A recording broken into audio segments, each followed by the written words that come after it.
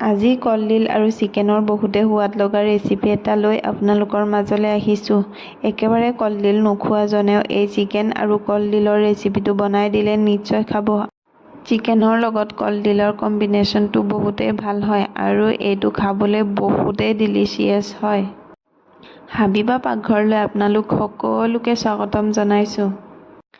সদায় একেধৰণে কলডিল খোৱাতকৈ কেতিয়াবা এনেকৈ চিকেনৰ লগত জুতি লগাই কলডিল খাই চাবচোন।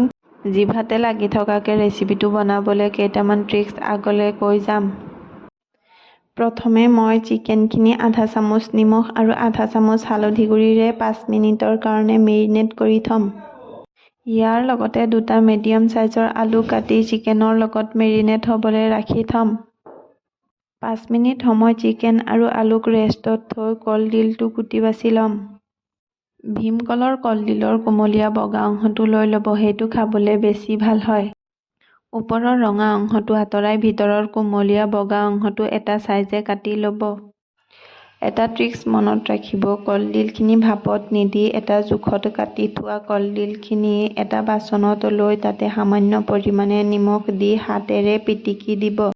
আধা মিনিট সময় হাতেৰে পিটিকি তাতে পানী দি দিব আৰু চাব পানীটো বগা বগা হৈ যাব। কলডিল ভাপত দিলে ভিটামিন অলপ হ'লেও কমি যায়।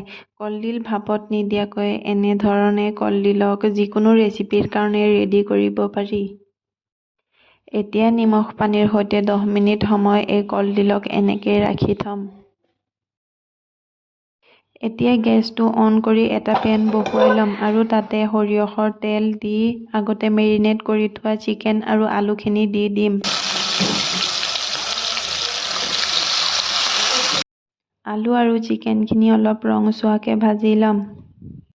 আলু আৰু চিকেনত এটা কালাৰ অহাৰ পিছতে এতিয়া এটা ছাইডে এইখিনি উঠাই ল'ম।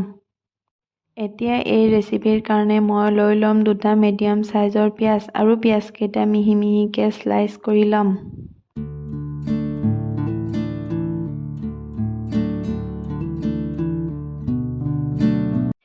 এতিয়া পেনটোত আধা কাপ সৰিয়হৰ তেল দি ইয়াতে সামান্য পৰিমাণে গোটা জিৰা দি দিম আৰু লগতে দি দিম এটা শুকান জলকীয়া আৰু কাটি থোৱা পিঁয়াজখিনি। গেছৰ ফ্লেমটো ল'ত ৰাখি পিঁয়াজখিনি ৰঙচুৱাকৈ ভাজি ল'ম।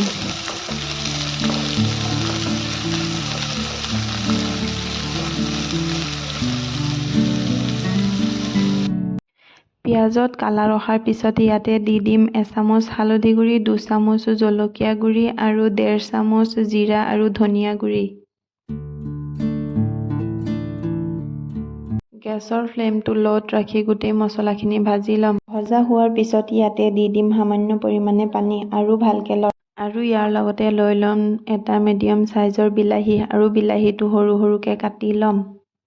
এই মছলাটোৰ পৰা যেতিয়াই অলপ তেল ওলাই আহে তেতিয়াই ইয়াতে কাটি থোৱা বিলাহীটো দি দিম আৰু ইয়াৰ লগতে দি দিম নিমখ দি এই গোটেই সংমিশ্ৰণখিনিক ভালকৈ লৰাই দিম।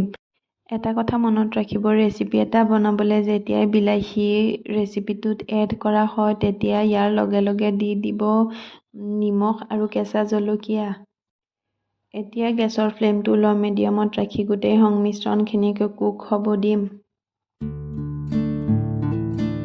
বিলাহীখিনি আধা কুক হোৱাৰ পিছত ইয়াতে দি দিম সামান্য পৰিমাণে সৰিয়হৰ তেল আৰু এই সৰিয়হৰ তেলখিনি গৰম হোৱাৰ পিছত ইয়াতে দি দিম মিডিয়াম চাইজৰ চামুচেৰে এচামুচ আদা নহৰুৰ পেষ্ট আৰু আদা নহৰুৰ পেষ্টটো অলপ কালাৰ অহাৰ পিছতে এই গোটেই সংমিশ্ৰণখিনিক একেলগে মিহলাই ল'ম।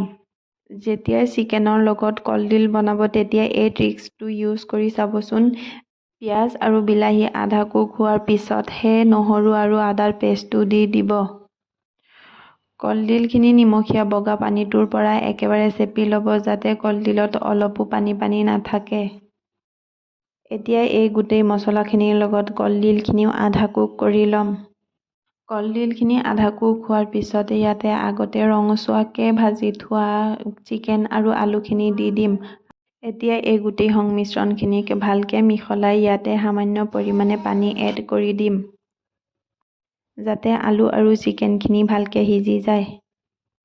পানীখিনি উতল অহাৰ পিছতে ইয়াতে এচামুচ গৰম মছলাৰ গুড়ি দি দিম। এতিয়া এই গোটেইখিনিক এবাৰ ভালকৈ লৰাই দিম।